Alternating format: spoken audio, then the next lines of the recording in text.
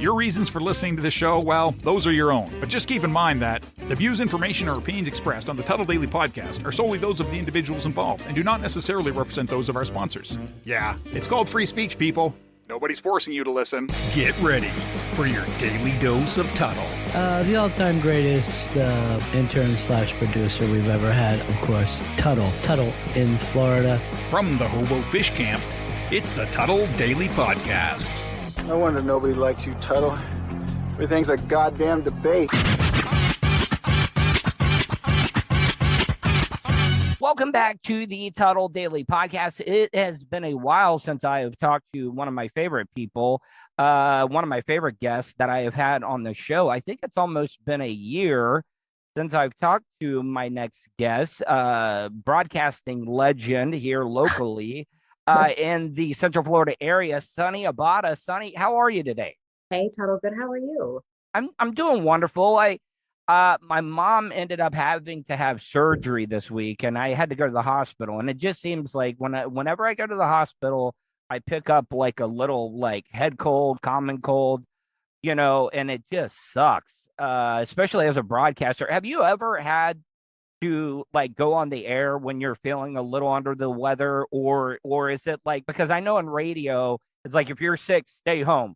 You don't want to infect everybody else in the studio or whatever. Have you ever had to do that? Is it kind of the same thing when it comes to TV broadcasting? Probably not as close quarters for sure. I've been just dog sick though and been on the air. I probably should have called off. But it was never anything contagious that I went in with. So I wasn't like a jerk employee, but I would get these horrible sinus infections when I lived in Pittsburgh, but so badly that my voice would like begin to disappear. I would be coughing. I would have a sore throat. And I don't know why I didn't just call in sick, but I worked on a morning shift and I really hated putting anyone else out, because that would be an early wake up call for someone. So I probably went in and sounded just awful a handful of times and just kind of got through it. I don't recommend that, but yeah, totally have done that before. Great thing about radio is that we have a cough button. Do you guys have like a cough button at all? No. So like if you got to clear your our audio at all, we just start. We have an audio engineer running everything sort of, in the control room remotely. So we just, if you're really struggling, I would just, when the camera was off and maybe we were on video, I would like wave my arms and like do the cut across the throat, like cut my mic, and like go have a run off set and have a coughing fit because you'll pick up on your co-anchor's mic too. So no, we just I have gotten in positions before where how when you take a quick breath in, sometimes like a little drop of spit will just go in the wrong tube and you immediately choke, right? So I was on a 2-shot once and I did that and it just looked like I like completely lost life for a second. My eyes got real big and I couldn't verbalize anything in my co-anchor, thankfully. But you and Bob Fryer seem like you guys had great chemistry working with each other. I'm sure you've had to pick him up and you've had to pick him up. He's had to pick you up when absolutely. Something like that happens. Yeah, that's the thing about like working with someone that you genuinely get along with is you get into a vibe and you catch each other when you need to. All right, so let's talk about your podcast.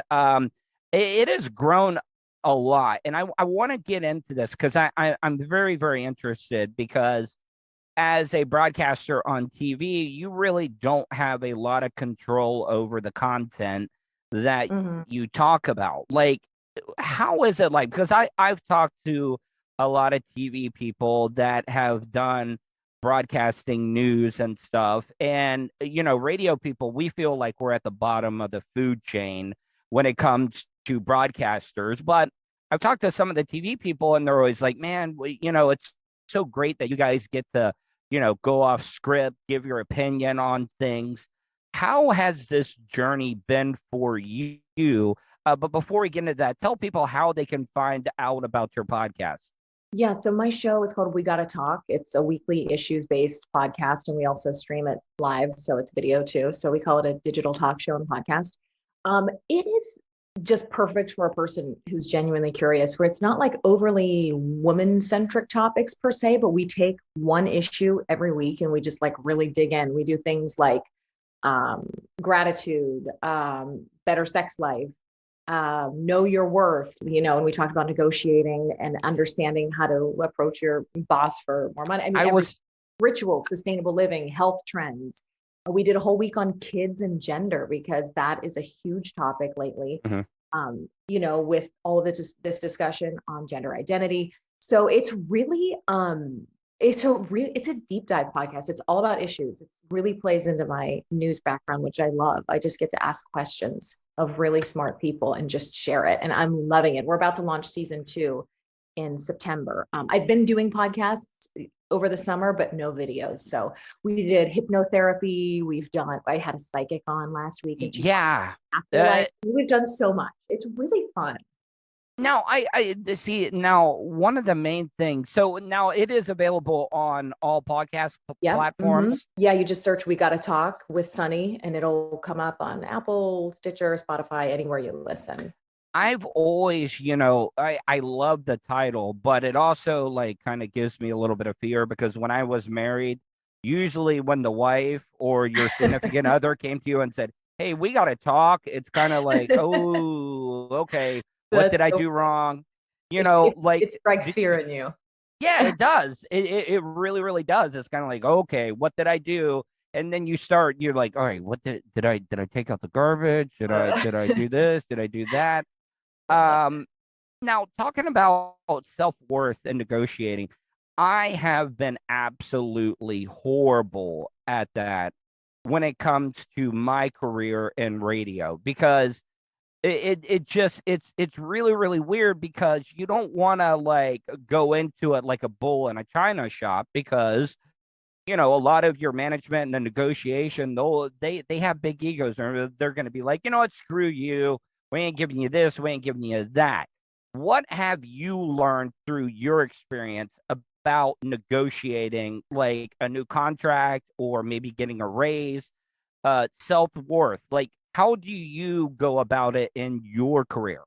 So that week we had talked to an attorney who's an expert in like a business mediation and a presence coach. So these were 2 separate interviews. And we came at this idea of self-worth from 2 distinct angles. So the business coach's advice was pretty straightforward in as much as it was, especially in the case of us who were negotiating for non-tangible like we're trading on our talent, right? These intangible things that some people can say, okay, well, your talent is worth this much. I know it's worth. So she said, knowing your worth is as simple as going in confident, knowing what your contributions are, and starting at a point, well, obviously a little higher than a point that you feel would be reasonable to negotiate at, and then with the understanding that they'll come down a little bit. I loved what this presence coach said. If you've been in any negotiation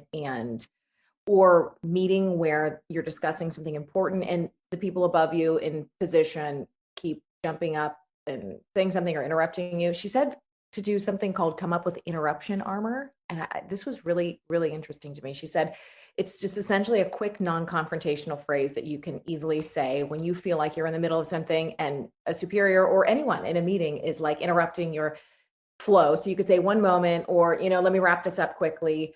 She said, it's really important to own who you are, your presence, understand your contributions so that you can fully sort of fight for what you deserve. And if you think about it, in those situations, it's usually one person, i.e. you, maybe your agent, but that would be remotely. See, that's what I was going to ask. Like at the local level, when it comes to local news, do broadcasters have agents and stuff? I mean, I know a lot of people do. I don't know that everyone does, but it's kind of your choice. Certainly there are tons of great agents out there who are willing to help. I did, and sometimes it was worth it and sometimes it wasn't. It's a lot of money that you have to pay, and they only talk to you like the month. What kind of percentage they taken? For me, they took 10, which was highly rewarding. Yeah. It wasn't always like that. So they had a merger with a bigger company, and it was like one of those things where I was like, well, this is like the new standard rate, and I feel like it was 10 anyway. And I was like, we were at 6, like, what's going on? And he's like, well, we've just merged with so-and-so, and this is what it is. So then you're in the position of, oh God, do I want to look for someone else at this point? Or do I just like take it in the chin and stay with the person that I know and that knows me? And it's just a decision that I ended up making to stay with him. But yeah, not everybody does, but you certainly can. Okay, so you talk a lot about relationship stuff on your podcast. How long have you been married for now, if you don't mind me asking? Oh, not at all. I don't mind. 10 years in May we've been married. Wow, 10 years. Yeah, so 10 Now, years. now I was very, very curious. Have you ever discussed about being with somebody, having a partner that works in the same field as you do? Like, I don't know what your husband does, but have you ever come across where, like in TV news, where a husband and wife both do the same thing, or they're dating? Because I would feel like that would almost be kind of tough, because there would be maybe some resentment, or even not like resentment, but maybe somebody is doing better than the other partner in the relationship. Yeah, I never personally dealt with that. My husband's an attorney and he works like not in litigation, so not like courtroom kind of. Mhm. I object kind of guy. He's like business attorney, and I like that he's not in media. When you're in that intense environment at work, the last thing I would want to do is to come home to anybody who would talk more about it. I just wanted to like switch it off, talk about Mhm. kids and talk about life outside of that. So I, I haven't experienced that, and I'm grateful for it. I never deliberately sought out anybody in my field, and it just happened to be that I really enjoy. I mean, it's the nature of my personality too. I find it boring to talk to. I would find it boring to come home and just be like, around someone the rest of my life that only knew what I knew. I love that we bring different things to the table, and that he's had different education and different life experiences. And, I think it's kind of cool. And he always helps with any any contracts that I have to. He's like the unofficial family attorney for my entire extended family. So I like having that like little bit of a difference. But I'm sure what you said is absolutely true. There's probably some relationships where they're in the same field that's sort of entertainment or media related, and I can see how that would be hard. Have you ever, before you met your husband, dated somebody that you've worked with? No, You nope. good Actually, idea, bad idea? Because uh, I've always I, seen that they've been disastrous. yeah, bad idea. Yeah. Don't shit where you eat. You know what I mean? Exactly. No, you don't want to do that at Yeah. all, in my opinion. Now, this is something that I've been noticing a lot lately. I've been finding, and I check out your Instagram page, and I see pictures. Your husband, he's got some gray going on. What do you suggest? Do women find gray? Because I'm starting to see some gray in my facial hair. What do women prefer right now? Like, do they just like to keep it all natural, or do I love a women? salt and pepper moment. I love Oh, his, you do. yeah, I love his salt and pepper. I'm always like, oh my gosh, this is so, it looks very handsome. I'm a fan. I mean, I guess everybody's different, but I love it. I don't want to, it's unfair how when men get older, they're called distinguished and, Well, there is a double standard. We talked about this last time I had you on, how there is a double standard, especially in TV news, that men are allowed to age gracefully, and sometimes women are not allowed to do that. Yeah, I mean, and it's up to anyone individually how they want to deal with that. I mean, anything you want to do cosmetically, I'm in full support of women or men, doing anything they can to anything they want to make I themselves got feel better. I, So, I got Botox one time, and that was before my wedding. Because my wife wanted to have, great pictures. It usually, the weddings are about the ladies. I mhm, mean, it's also, for the guys as well too.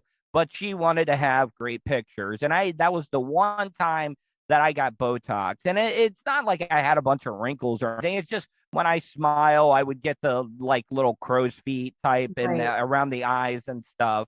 And I ended up having it done that one time. So I'm sure a lot of men do a lot of men in TV news get it done. I don't want to like I don't, mention any names. not that I know of, to be honest. I mean, I actually think it's a fine line in that world of those, they're called those things, Botox, the class of injectables of Botox, things that freeze you, neuromodulators. They freeze your expression. And I think it's important to have some expression, especially if you're anchoring. You don't want to have frozen face. I mean, maybe you do. I didn't. So I would go to the doctor and say, I want baby Botox. I said, give me something where I can still move my eyebrows. Actually, or I would say newscaster Botox. And even when I get my Botox today, I'm like, all right, doctor, please still newscaster Botox. And he laughs. He's like, you've been asking for that for years. But, whatever, I guess, keeps a person happy. But it's, I personally didn't know many men who did it, to be honest, but maybe they just weren't telling me. I don't know. Yeah. I don't think guys are, I think guys are less willing to admit it than women.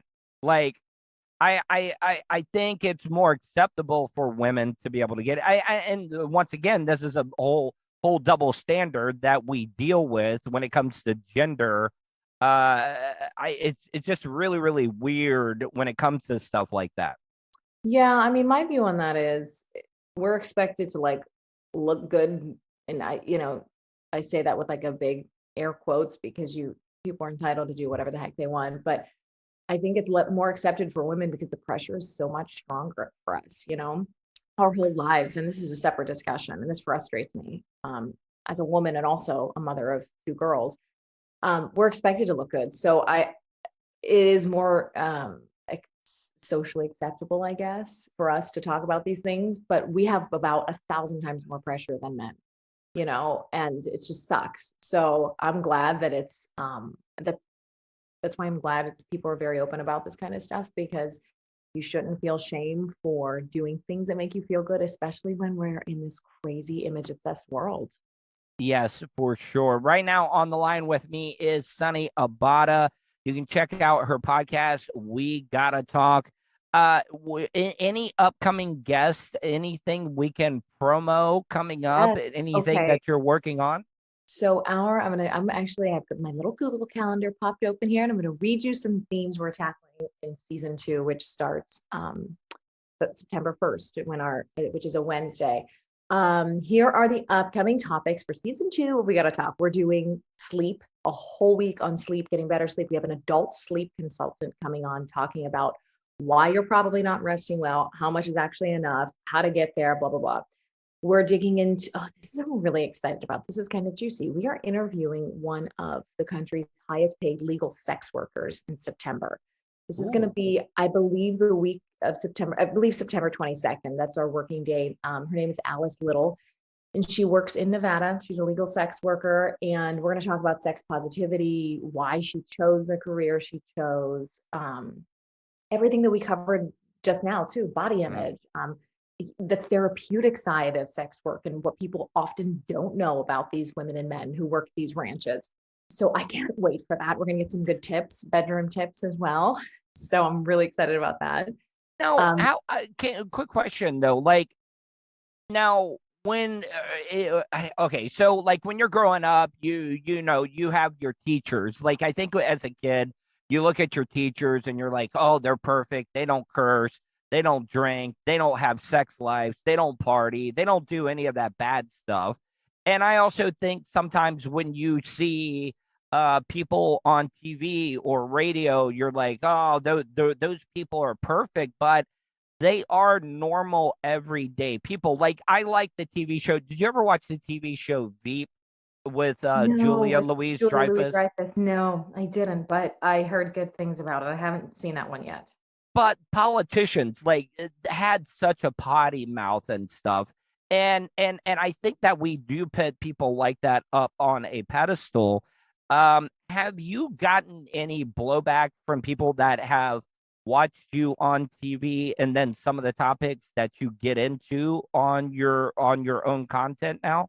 Not really. I mean, I'd like to think, and I'm pretty confident we approach a lot of this stuff in a really respectable, sort of non-exploitative way. It's not like this isn't a comedy podcast or an entertainment or even a pop culture commentary podcast. This is like, it's under the society and culture. It's like News Light, right? It's like a deep dive. It's an interview. It's informational. It's it can be inspirational if we do something that people, you know, cover a topic that people have interest in bettering themselves or something. But I don't think so. I mean, I talk all about my personal life to an extent on the show because, of course, that's like, you know, what drives me is my family and my husband and my kids. But I'm not, you know, doing these topics and kind of like To making be it shocking. You're not trying to like shock jock or No. trying I to. mean, you know, to be honest, I wish I had more of that side to me. I'm just genuinely, a little bit of a nerd. Like I am I'm too. deep. You know what I mean? Even when I was younger, like my friends and I would sit and have like deep conversations about things that other girlfriends of mine are like crawling out of their bedroom windows to go like sleep with their boyfriend at a party. And I'm like, Yeah. well, you know, let's talk about, you know, it's just me. Like I'm an intensely curious. I'm an intense person. So these conversations sort of reflect that. It's a time to connect with a guest. It's time to get good information. We laugh all the time. I mean, it's completely irreverent for sure. It's fun, but it's never, I haven't gotten feedback like that about people, you know, surprised about anything. Not much at least, because I think it's done in a really like natural kind of way. Have you ever had to deal with trolls on social media? Like You know, people that, no.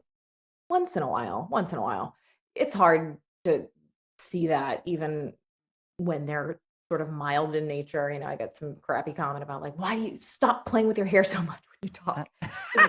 You know, like even like weird little things like that. I'm like, oh, that's kind of rude. But I have gotten worse, but I try to just whatever, you know, everybody's got I talked about this, you know, at the end of 2019, we discussed this. I tried to harm myself, and you know, because I was going through a lot of depression and stuff, and I tried to hang myself from a ceiling fan, but the ceiling fan had ripped out of the roof, and you would not believe the amount of people that sent me pictures of ceiling fans, and it was just like, are you kidding me? I mean, it First of all, disgusts I'm me. really sorry to hear what you've been through, and I commend your honesty because you know, if that helps someone else acknowledge their issues and heal, that's wonderful. But I cannot explain the evil of people. I think I don't even I would like to say these people leaving these comments are good people that just had a evil moment, but I don't even know if that's the case. I mean, that's when you have to implement what your parents would say. It's just like everybody else's opinion is not your business. You do the right thing in the world, you go out, you be kind, you put good vibes out, you do the right thing, but you cannot account for everybody else. And if they're going to be a jerk, it's just you got to let it go. You Are you a cannot live blocker? Are you a blocker? once in Like, a do you, while. Yeah. yeah, You know but what's really annoying? Okay, this is really gets my goat. uh-huh. When people will leave a comment on Instagram, you click through to the profile and it's always 0 followers, 0 Mhm. following. So it's someone that went out of their way to create an account to just troll you. So I'm just like, sometimes I'll write comments back like, "Oh, thank you so much for going through the effort of creating an account to leave that, you know, just but so ooh, sorry about that. No worries. My computer rang. But yeah, so I try to not address it, but sometimes you have to just to make a joke out of it. See, I never block anybody because I mean, that's my audience. Like, you know, I don't know if you ever saw the movie Private Parts with Howard Stern. You know, Yes, a long time ago, but yes. they were talking about going through the ratings and stuff. They were like, all right, you know, what is his ratings for the people that like him, you know? And they were like, oh, it's such and such. And then they were like, well, what about the people that hate him? And they were like, well, his ratings are even higher. Mhm. And that's why I don't ever block anybody. It's just like I just choose to ignore it because those are people that are still, you know, engaging the content that I'm putting out there. And the way that I look at it is who's winning. Yeah, that's true. I mean, at the end of the day, you'd be strong enough to ignore the content of that message and just realize that it's still working in your favor somehow. And yeah. So you were talking about sex workers and stuff earlier. On with me right now is Sunny Abada. Check out her podcast blog. It's called We Gotta Talk. It's very, very informative. I got to tell you, the quality. Are you doing all your own editing and stuff? Because I I got to actually tell. work with my former TV producer who does all of my editing. So she is my ace. She's like my co-captain. Love her. She's a person who understands how to work quickly and well. And you don't have that skill unless you've been in a professional like deadline setting before. So I adore her. That's all her. I mean, it is broadcast quality though. Like it really, really is.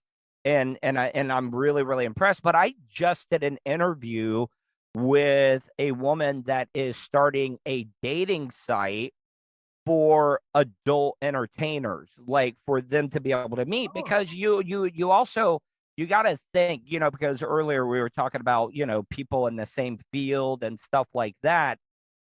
You got to realize people that are adult entertainers meeting people that are not in that, they have a different image or opinion on how certain people are. And it's a dating site for like-minded adult entertainers that work in pornography or dancers or burlesque type stuff to be able to meet each other. And it was a very, very interesting interview. Yeah, I mean, and talk about wanting to, like you said before, wanting to be with someone who truly understands what you do. I mean, in that case, I feel like that would work to your favor because that's is supremely unique and very small job. Like very few people do it. I mean, and I can understand why that would be necessary because it probably would be impossible to date like a normal person. Now, you, your kids, all daughters, or do you I have have a a boy? son. Yeah, Oh, my you do. son is 8, and my first daughter is 6, and my second daughter, the little baby, not a baby, Oh, but I call her that, is 4. okay, so you were talking about gender stuff, and I wanted to get your opinion because I have a different take on this whole situation about transgender competing in female sports. I don't know if this is something that you have touched on very much on your podcast at all, but I wanted to get your opinion because you being a mother of 2 daughters, that maybe one day they might be athletically gifted, might be able to get a scholarship to go someplace and get an education. What are your thoughts on men that have transferred or gone through the process to sexually reassignment? Should they be able to play in female sports? I will put a huge caveat in the beginning of this by saying I am not deeply educated about this topic. I think any parent's initial reaction would be, oh gosh, well, sounds like that child, a trans child who was transitioning to female from male, might have a competitive advantage. But I've read articles. I don't know firmly the science behind this that claim that that's also actually not the case. I'm going to withhold my final say on this because I'm actually trying to, I get both sides. My instinct is to say, well, yeah, I mean, if a person is matured through the age of 13, 14, 15 as a boy, we all know that their bodies are comprised of completely different levels of hormones than girls and young women are. So that's my instinct, is to say, oh, that feels unfair. But I need to understand more, because I remember specifically there was an article that came up on my Facebook feed once, and I clicked through, and it was this really thoughtfully written. It might have been from I can't remember where, but it dove into just that theory, and it was attempting to sort of debunk that, and it was interesting. So I'm actually trying to do this topic and trying to track people down that are scientists and experts that can maybe explain that to us. Here's what I do know. While as a parent, that might worry me, I also have to be the parent who is open and kind to any child and would never want to make anyone's child feel yes, of course, hurt or different, right? Because here's the big thing. I think when we walk around, especially as parents, and throw judgment out there about how my kid would never, or, oh my God, look at that kid. I think that is so karmically bad, and just, you don't do that, right? So I just want I want to be kind. Oh, I agree. Listen, I support like everything, but what people do in their personal lives, I don't care. I think it's none of my business. I support transgender, gay, lesbian.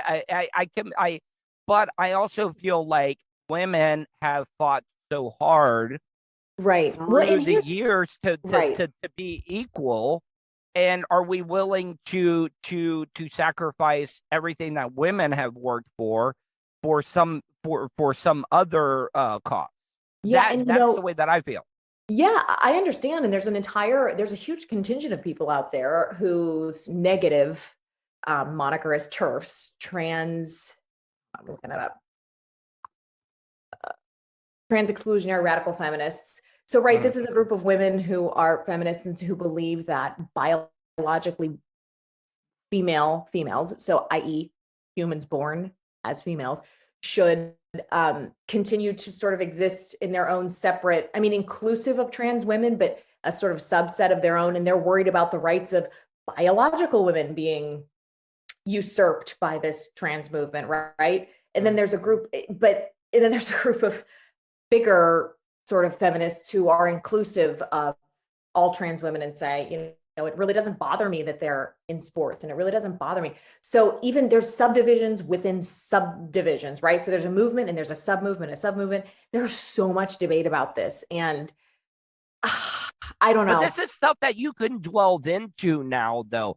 Yeah. The reason that I bring this up is that this is probably something you probably could not have, gotten your hands dirty. I'm not saying dirty as in a bad thing. Yeah, but no, I know what you mean. You couldn't do that on the news, but this is something that you can have an open discussion with what you're doing now.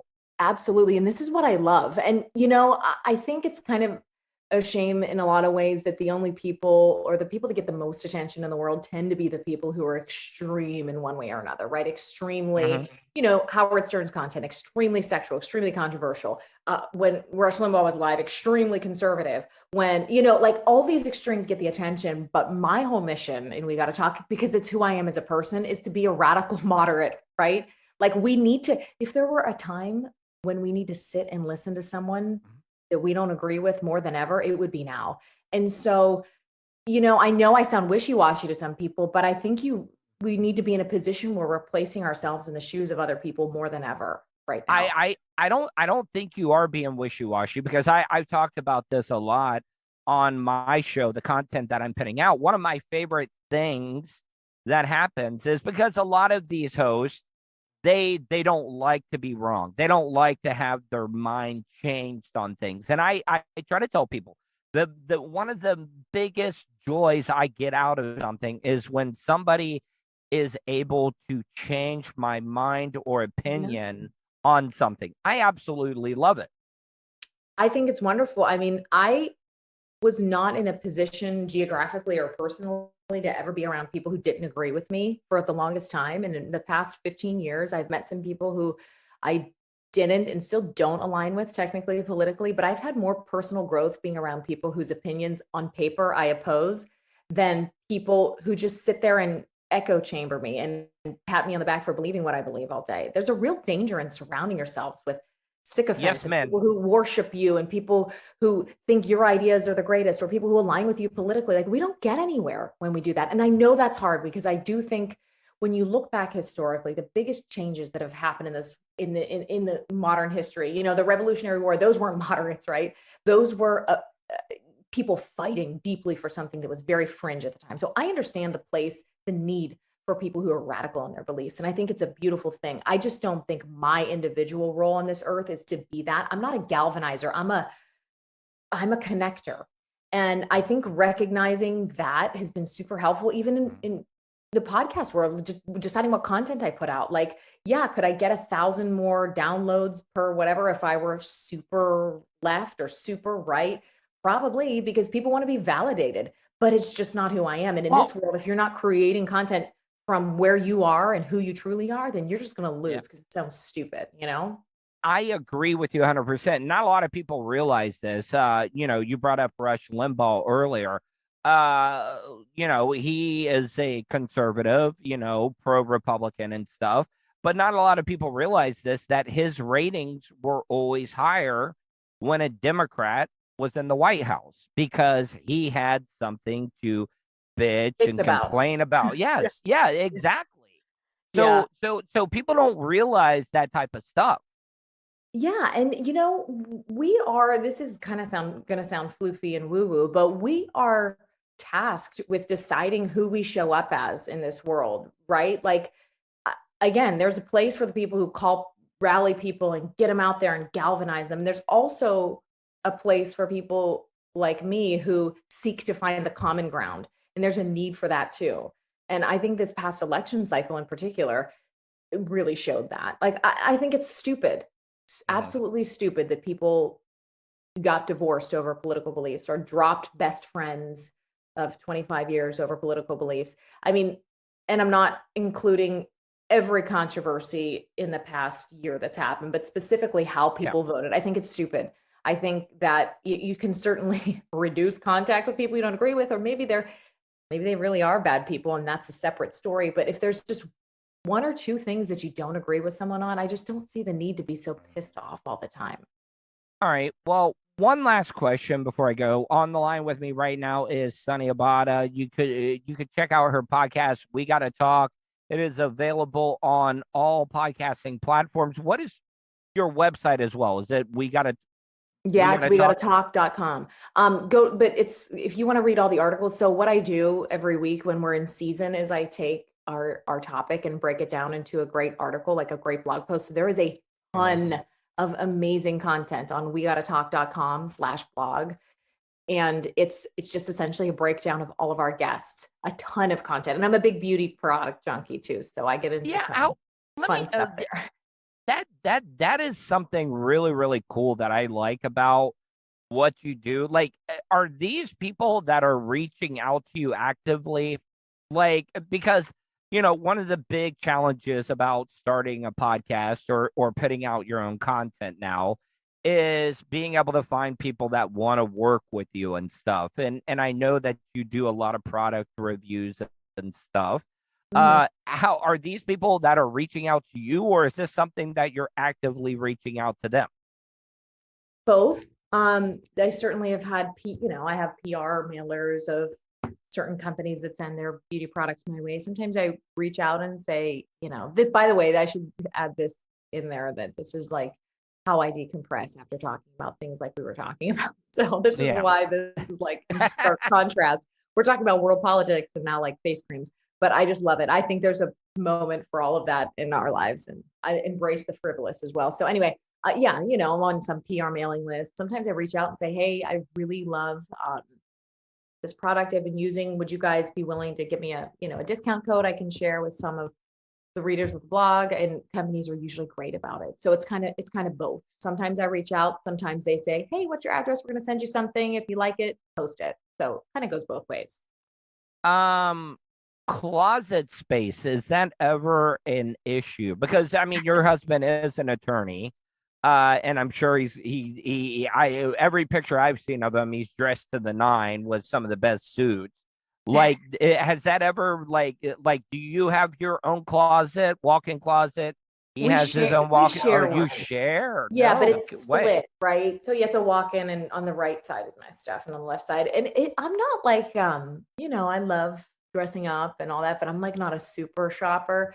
So, it's big, it's a big closet, but it's not like it's not like this room where you can like cartwheel in. It's like it's pretty reasonable sized. And, I do have to give my husband a big pat on the back for this, but I do have this beautiful vanity that he built in there for me that I can sit, and I have a desk where I work, and I have this big vanity mirror where I can, like, if I'm shooting a beauty product, that is well lit. So that was one request I had when we were building our house. I said, can you just give me a little nook, like a little place that I can escape to and like play with all these products that I get and just kind of chill out. And so that is like the big feature that I love about my closet. All right. I got to ask this. Okay. Because, we always have an image of what we see, because you are in control of the content you're putting out there. But I mean, he built you like a little nook type area. I mean, he seems like he is like a Renaissance man of just being able to he did do. not personally build it. Oh, handy. okay, all right. He's handy, Oh, but he is. yeah, he's handy, but he is not building things in the house. He is constantly fixing things though. He even this is funny. We joke about this all the time. If there's a way to find out online how to do something, Andrew will he is so meticulous. He's a very detail oriented person. You One call time him Drew or Andrew? I call him Andrew, but my Okay. family calls him Drew. But he had this Jeep once that he wanted to do all this work to, including like rewire headlights and like apply a tint. And he got into the garage for 8 hours one day, flipped on YouTube, and literally came out with a different vehicle. I mean, I was like, what wheels, headlights, tint, window tint. I'm like, oh my God, what? So he can really like get in there when he wants to. Isn't that great? Like how much easier our lives would have been as kids if we would have had like YouTube or Google back in the day. I know. You know, It really is. because most of the stuff we learned was like secondhand knowledge, which was probably completely wrong 100% from our friends and stuff like that. And I know you can get wrong info online as well too. I don't know. It just seems like it would have been a easier time to grow up.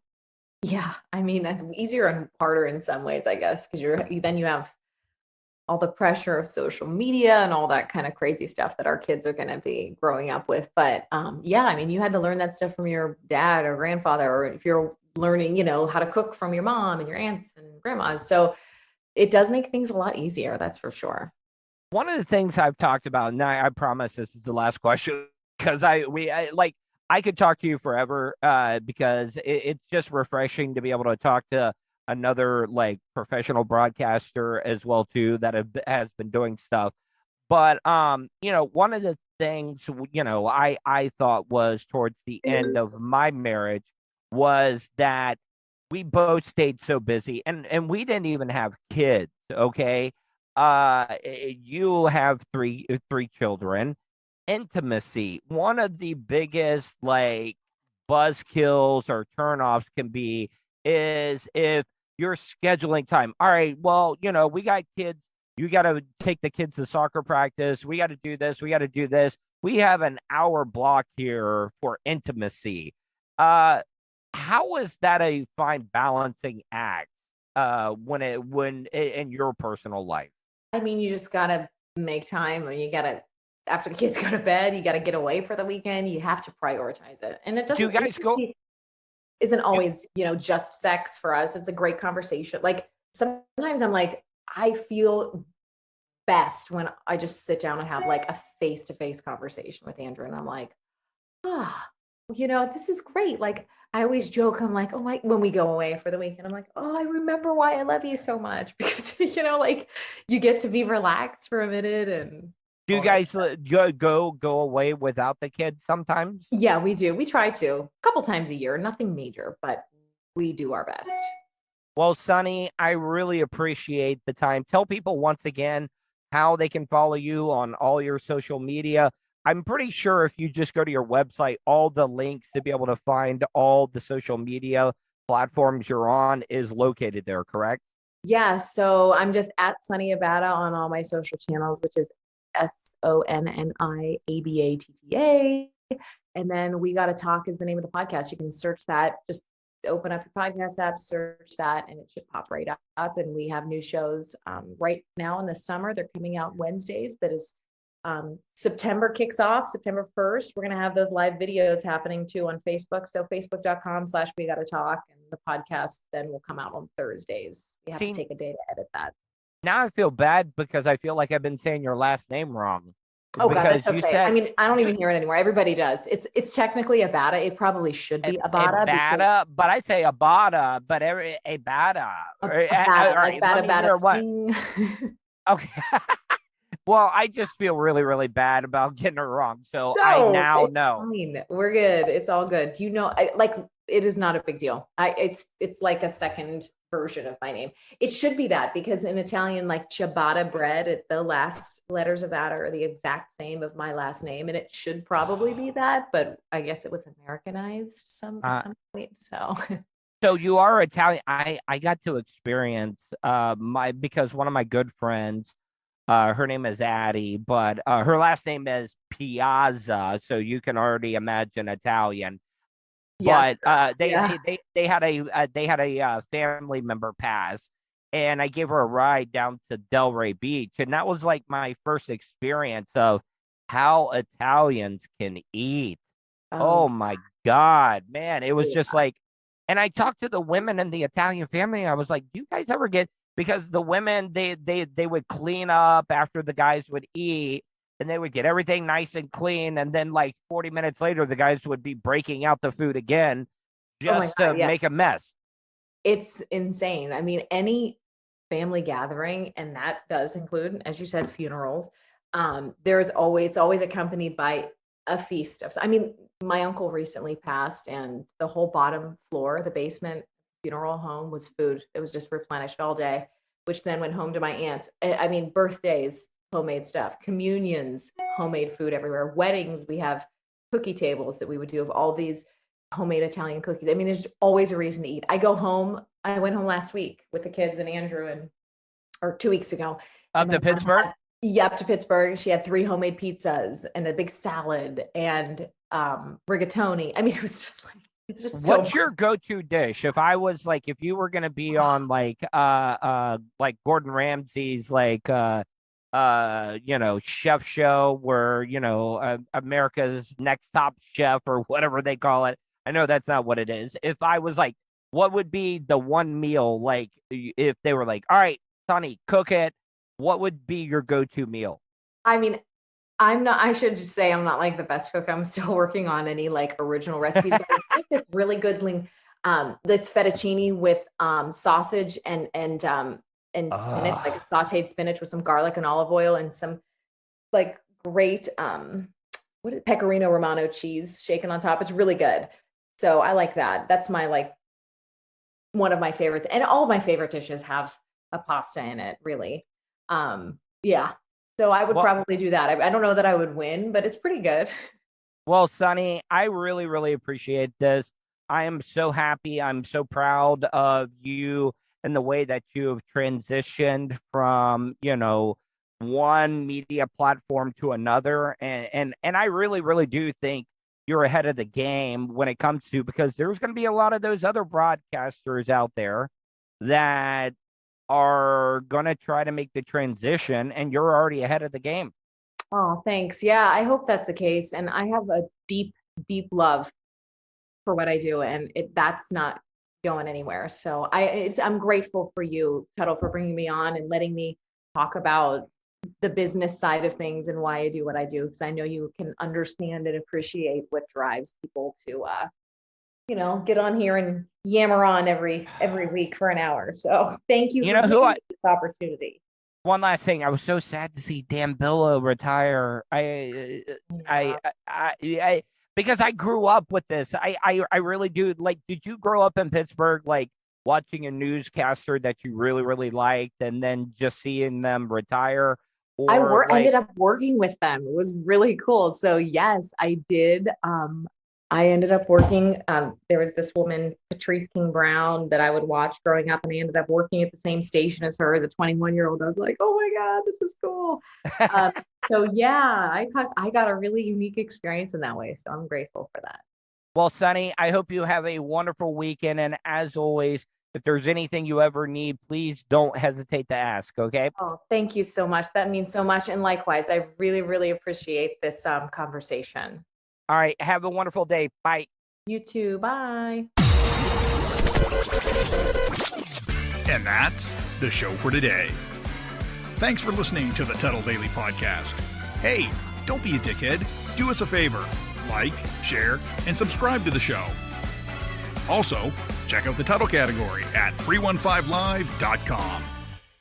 The Tuttle Daily Podcast is brought to you by Starfire Transport, StitchYouUp.com, and PocketPairClub.com. Special thanks to show producer Vulture and co-host Sirach. Show voiceover service is brought to you by jcvoiceover.com and The Little Cheese Show. Download and subscribe to The Little Cheese Show everywhere podcasts are found. If you want to help support the show, go to paypal.me/Tuttle on the radio. You have something you want to say? Tuttle@gmail.com or leave a voicemail at 407-270-3044. To follow all Tuttle social media, go to Tuttle.net. That's Tuttle with 2Ds.net. Thanks again for all your support, and we'll see you tomorrow on the Tuttle Daily Podcast. I get ignorant in normal situations. What you mean? What the fuck you mean? What are you talking about? Nigga, what the fuck is you talking about? Oh, shit.